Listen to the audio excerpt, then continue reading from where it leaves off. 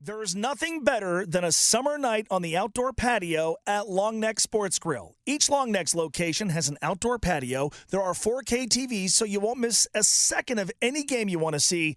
And the beer selection is top-notch. Nothing's better than a cold beer on a warm summer night outdoors. And by the way, if you haven't had the wings at Long Neck's, you're missing out. Get to Long Neck's, Wilder, Hebron, and Richwood, and enjoy the outdoor patio this summer. Long Neck Sports Grill. Stay late. Come often. Reds have missed Jonathan India. He has been on the injured list for a couple of weeks now with plantar fasciitis. Let's talk about this with one of the experts from OrthoCincy. We do this on Wednesday. We chat with one of the experts from OrthoCincy about injuries affecting our area athletes. Love OrthoCincy. They've got specialists and locations all over the tri-state, and they also offer walk-in orthopedic urgent care during the week from 9 a.m. to 9 p.m. That's right, open until 9 p.m. and on Saturdays, 9 a.m. to 1 p.m. in both Edgewood and Eastgate. Learn more at orthocincy.com. That's orthocincy.com. With us is one of the best foot and ankle surgeons in the Cincinnati area, Dr. Nick Gates from OrthoCincy. And I'm glad you're here, especially considering your specialty, because I want to ask about Jonathan India. He is on the shelf right now with plantar fasciitis. This is something I've had to deal with, and it's miserable, and I'm not a professional athlete. So let's start with that. What is plantar fasciitis? Well, Mo, plantar fasciitis is something that is incredibly common. So you've had it, I've had it, and lots of people get it. It is inflammation of the ligament called your plantar fascia, which lives on the bottom of your foot, and it attaches right near the weight-bearing part of your heel. So right where your heel hits the ground each and every day, your plantar fascia attaches there. That ligament is subject to some stress, obviously, and so plantar fasciitis is inflammation and sometimes some micro tearing that causes that inflammation in that ligament. What are some of the common causes, and what are some of the usual symptoms? The number one common risk factors or cause is going to be overuse, repetitive impact. Now, a lot of us do that each and every day, no matter what you do, professional athlete or not. So just the impact of walking, the impact of running. The impact of running is higher than walking, so you'll see that in athletes, runners, and other athletes. That, and also really one of the risk factors that doesn't get spoken about much is tightness in your heel cord or your Achilles tendon. Patients and people who tend to be a little tighter and have a tighter Achilles tendon are more prone to developing plantar fasciitis.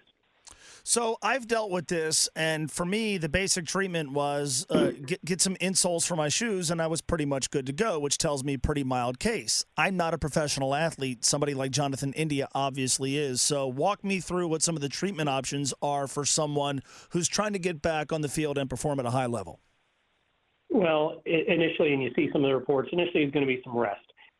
Minimize the repetitive impact of running. So a short period of rest when possible is necessary for all people, particularly athletes.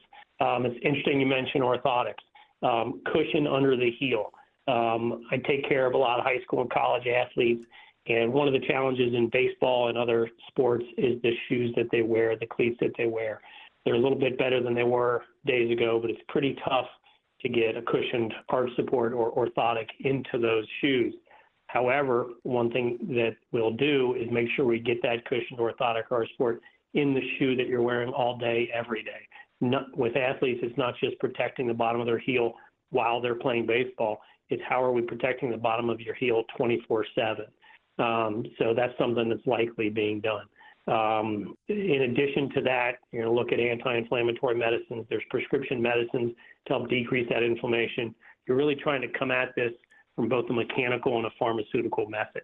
You're going to use some medications, and you're going to do everything you can to get the impact. That includes relative rest, maybe some soft arch supports into that area. And then there's some other a little bit more invasive treatments that we might lead to. Even sometimes it leads to cortisone injections. Are there concerns that this something like this could turn into something chronic or something that could reoccur occasionally? Yes. There are lots and lots of people who get plantar fasciitis once. It's painful, it's annoying as you described, and it goes away and they never get it again. There's also a smaller subset of patients who get it and they're prone to getting it again next year are having it flare up again. And we'll see that in athletes.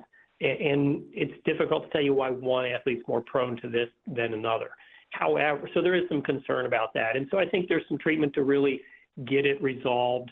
I think one of the risks of it becoming chronic is just pushing through it too much. So that balance is tough with any athlete, how much you're going to push through and how much are you going to be conservative and rest it. You don't want it to become chronic. I will tell you this, though, Mo.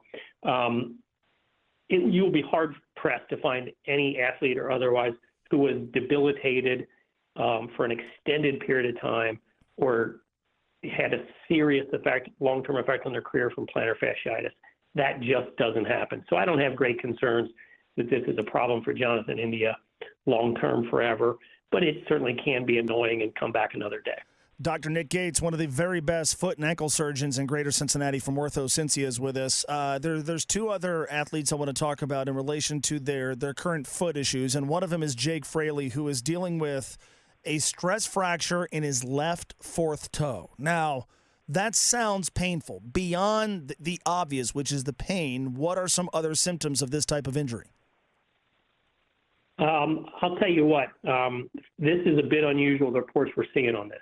It is typically pain with activity that will come on gradually. It'll be a slight irritation one day, feel better the next, a little more a few days later. The definition of a stress fracture is a fracture that comes on gradually rather than with one incident. The unusual thing about the reports on this, I'll share with you, is that it's a toe. A stress fracture truly in your toe would be incredibly rare. I have my suspicion that really what may have been misnamed via press releases or some other ways, that he has a stress fracture in a bone in his foot that leads up to his fourth toe. That is a much more common thing. So yeah, that's going to be typically pain that just continues to worsen with activities. We've obviously talked a lot about calf discomfort in this town. So here are the reports you read with Jake, calf discomfort, and then they diagnosed the toe issue. How is calf discomfort a symptom of this type of injury? The only way that correlates is if you have a sore foot and you're changing the way you walk. Jake Fraley's got a little bit of a sore foot. He's kind of trying to ignore it. It's not bugging him that much. But even there might be a subtle way in the change you plant your foot or you stand on your foot, and perhaps when you run, and that could aggravate a calf. Other than that, there's no direct correlation between calf discomfort or calf strains and a stress fracture in the foot. So as you said, there's some other calf strains out there in the news, so I don't have great concern about the other calf strains in the athletes in town. That's very good to hear. Stay with me on this one. Yeah, stay with me on this one. How is an injury like this treated, and what's the typical recovery timeline? A stress fracture in the foot needs rest. I haven't seen this, but a stress fracture in that part of the foot will frequently end up being in one of those walking boots.